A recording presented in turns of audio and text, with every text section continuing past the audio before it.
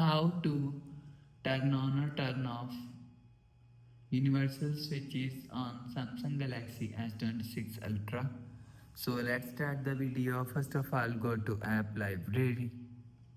Now here, so click on settings app. Now in setting, scroll down and click on accessibility. So you will see accessibility is here, so click on accessibility. Now here, so click on interaction and dexterity. So after click on interaction and dexterity, you will see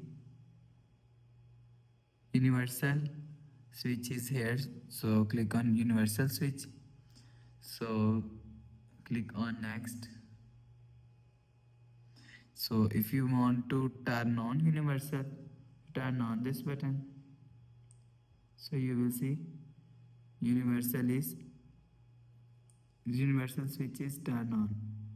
So if you want to turn off universal switch, so turn off this button. So after turn off this button, you will see universal switch is turn off. So you will turn on or turn off universal switch from here. So after the process, go back to home screen, refresh phone. So that's how you can turn on or turn off universal switch on Samsung Galaxy S26 Ultra. So if you like the video, please subscribe. Thanks for watching.